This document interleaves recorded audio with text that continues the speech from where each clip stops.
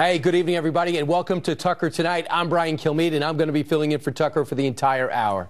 Apparently, the dubious use of emails can run in families. It turns out embattled Hillary Clinton aide Uma Abedin, might have been the chief of staff had she won, is not the only one in her family linked to an email controversy. That news as the State Department releases more of Uma's own emails from her time and the Clinton State Department. Remember the emails that were found on our ex-husband's laptop. Fox News chief national correspondent Ed Henry is here with some all-new email developments. Hey, Ed. Brian, great to see you. Uma Abedin probably just wants this year to be over. It began with the reality setting in that her patron, Hillary Clinton, was not going to be president, and Donald Trump was being inaugurated. The year ended with more family drama. In November, her estranged husband, Anthony Weiner, began serving a 21-month sentence following his conviction of sexting with an underage girl. Today, the State Department released a new batch of emails, as you noted, from Weiner's laptop. Remember, the existence of those emails led then FBI Director James Comey to reopen the Clinton server probe near the end of the 2016 election. Then Comey and the FBI basically cleared everyone, and they claimed to the public at the time most of these emails on the laptop were duplicates and not really a big deal. Well, breaking tonight, we're learning there were several emails on the Weiner laptop that he shared with Abedin that had classified information. At least one of those documents sent from the laptop to Clinton while she was Secretary of State in 2012, and it had the label, quote unquote, classified.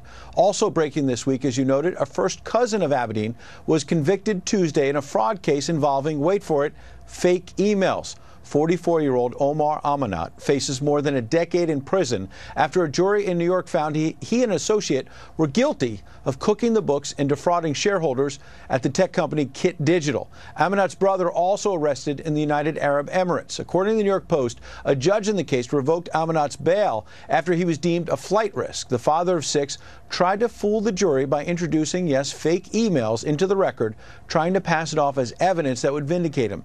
During the 2016 campaign, the New York Post also reported Abedin spent more than a decade editing a radical Muslim publication that opposed women's rights and blamed the U.S. for the 9/11 terror attacks. A far cry from the way Clinton and associates like Abedin presented themselves in that losing campaign. But again, this is a year that she clearly wants over, Brian. Right, and think of what could have been. In her mind, she might have been chief of staff, one of the most powerful women in the entire country, hence the entire world. Instead, we're still wondering about her lapse of judgment, bringing back those emails to her house, 4 of which at least were classified. Correct. To Anthony Weiner, who clearly has some trust issues, right? Yeah, I mean, look, he was no longer in Congress when he had access to some of this information, clearly didn't have a security clearance, and this is going to raise questions about why Hillary Clinton was let off the hook. But again, it's also going to raise questions about why James Comey decided to insert himself late in the election season and suggest that Hillary Clinton still had an email problem in October on the eve of the election, and then a few days later said, well, no, never mind, she's been vindicated, the emails are not a problem. We're looking at them tonight, Brian, and as you say, several of them had classified information. So it's going to raise a lot of questions. Ed, great job as usual. Have a great New Year. See you soon. Happy New Year. All right, as Ed reported, the State Department has just released, and I'm talking about just a couple hours ago, emails found on the laptop shared by Uma Abedin and her estranged husband, Anthony Weiner. Now, yesterday on CNN, Don Lemon, who has a show there, was visibly annoyed that the Abedin-Clinton email scandal just won't end. When you clearly have top secret information on a laptop that you have on a server in the basement of your house, and then you send those top secret classified documents to people that aren't even cleared to see them, and then you forward them to your husband, who, by the way, is in jail. There have been a million hearings on it. It's water under the bridge, but why? No. We'll be right back. We'll be right back. When in doubt, toss to a break. You'll learn that in Anchor School 101. Tom Fitton is the reason why Don Lemon lost his mind. He's the president of Judicial Watch, and he sued the State Department in order to obtain the emails. And he's the reason 2,800 emails are into the public right now. Tom, I know this is always a long process. Congratulations on getting it. How many have you read? What have you found? Well, I've read about 140 of the emails. The State Department servers went down, and you know, it's a big team effort at Judicial Watch. It's extraordinary that we have to get our lawyers to sue in court, our investigators to look at the documents. After 2 years, we finally get the records. Now, the FBI found these records last year, as Ed Henry pointed out, we're only getting them 16 months later. And they show there was classified information on Weiner's laptop, in the least, at least 4 or 5 emails of that. There could be others there, but we're having to dig through the records to find that out. You know, and the concern is you're not supposed to take classified information off of classified systems, and you're certainly not supposed to take them out of the office, and you're certainly not supposed to store them on unsecure systems like your husband's laptop. And of course, Weiner was involved in all sorts of things that make his laptop especially a risky place to store this type of information. And you have to wonder why it is the FBI and the Justice Department let Hillary Clinton and Huma Abedin off the hook after, because you can bet the FBI knew there was classified information late last year when Comey cleared Hillary Clinton yet again, why it is they let her off the hook. Now remember that FBI special agent who was sending these pro-Hillary and anti-Trump texts last year? Well, he's the top counter-intel guy, or at least one of them at the FBI, and would have been involved in this decision-making as well. So it's all coming together. We now know that Comey, other top officials at the FBI, Loretta Lynch meeting with Bill Clinton, they obviously were protecting Hillary Clinton and targeting President Trump. And one of the ways they were protecting Hillary Clinton was refusing to enforce the laws against the mishandling classified information. They left this classified info on the internet equivalent of a public park bench. So if you want to know how somebody might be as president, you might say, what was the last job they had, and how did they handle it? How do they handle it? Using a private server. How do they handle it? Not being truthful about it. How do they handle it? Putting classified information on that, denying that it did, and then having it turn up. And then getting angry when it's discovered in October before an election that she sent classified, her chief of staff sent classified material back to her house.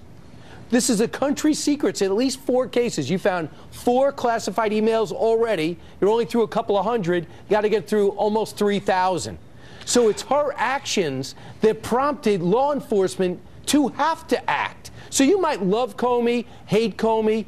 He did not want to have to do this. Her actions forced him to find this and then make a decision, correct?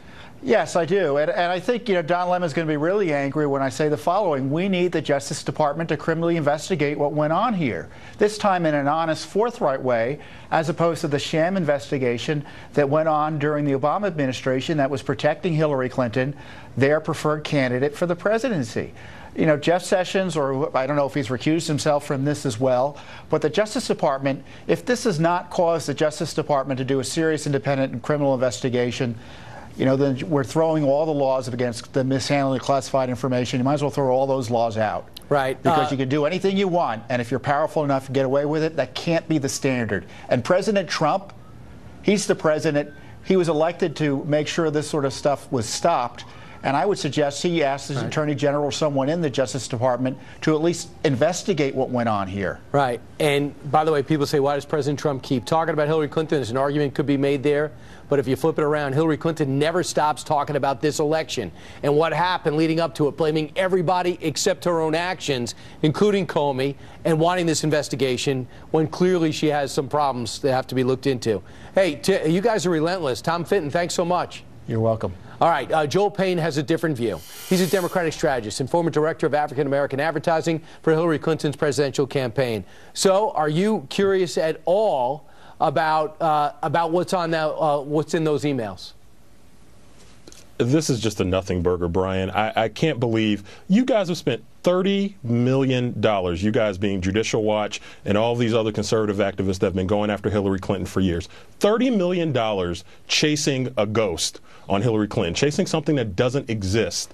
Now you've drug her former aide into this. You've drug her family. You've put out misleading information about her family, about cousins and whatnot. Go ahead. Tell me what's misleading, I really don't quite Joel. understand. Joe, I could understand how you don't want to bring it up, and I respect that. But could you tell me what's misleading about her cousin going to jail, about erroneous emails, about a jury finding him guilty? What's misleading about the anti-American newspaper that she used to co-edit? Let's go through and name what every one of your cousins, aunts and uncles and whatnot have done over the last couple of years. That's ridiculous. That's a ridiculous argument, and that's the type of equivalency that makes people disbelieve the information that comes from this network. What's erroneous about it? Well, what's erroneous is it having any link to Huma Abedin. It has no link to her whatsoever. It's her cousin. I've got cousins who do things that I don't agree with either. Does that mean that I'm responsible for their actions? The bottom line is here, you're trying to distract from this president what he's doing in terms of distracting from the Russian investigation. This is a very smart ruse, by the way, by conservative activists and Fox News Network to try to, treat this as top news story for the first 15 minutes of your show. It's not. You're trying to confuse the American people. You're trying to confuse your viewers. Joel, this is a non-story. It's been litigated. I respect that you don't like our rundown. And I'm sure I won't like a rundown. If you put together, I might not like the order in which you do it. Believe it or not, we are covering some of the Russia investigation. If you would tune out, I will provide a copy for your home use a little bit later. Coming up in the C block. I'll show you. Okay? It's a C block. It's about 20 minutes after. But just focusing on this. The #1 story in America last year in late October, the #1 reason that Hillary Clinton gives that she lost was the fact that these emails were found on her chief of staff's husband, who's in jail for a reason, we'll go into that at a different time, was found on a laptop at home. So State Department things, at least 6 of which were classified material. This is a job interview, a year-long job interview. She's favored to win in almost every poll, in almost every battleground state. And then we see the way she acts in the slipshod way in which she's handling classified information. The #1 reason why she claims she lost. And now for the first time, those emails are exposed. So this would even help you, Joel, go through it and say, look, I went through 2,800 pages, there's nothing here. Or you go through it and say, wow, there is a lot here. So it is newsworthy in almost anyone's newsroom. I don't know what is not newsworthy about this. What Hillary Clinton claims is the single greatest reason why she lost.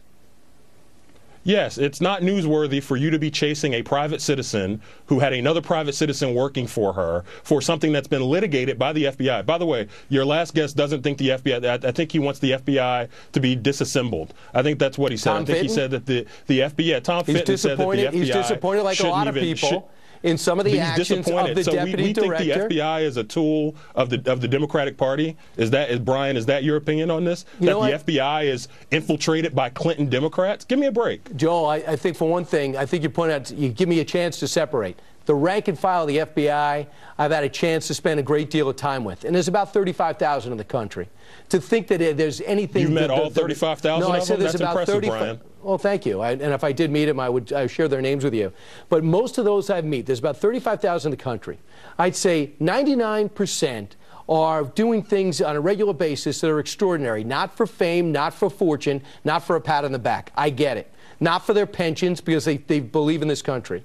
However, if you're trying to find out how an investigation is progressing, what is behind it, why certain people are being investigated and why others, you have to find out who's doing the investigating. And upon further review, we're finding some disturbing things that are being unmasked. So I think that is newsworthy. Jim Comey and Bob Mueller, who were George W. Bush's FBI team, yes, they were coordinating with the Clinton campaign to defeat Donald Trump. Oh, that sounds like a really reasonable, believable let me ask you, argument. do you like what James Comey did with Hillary Clinton's emails?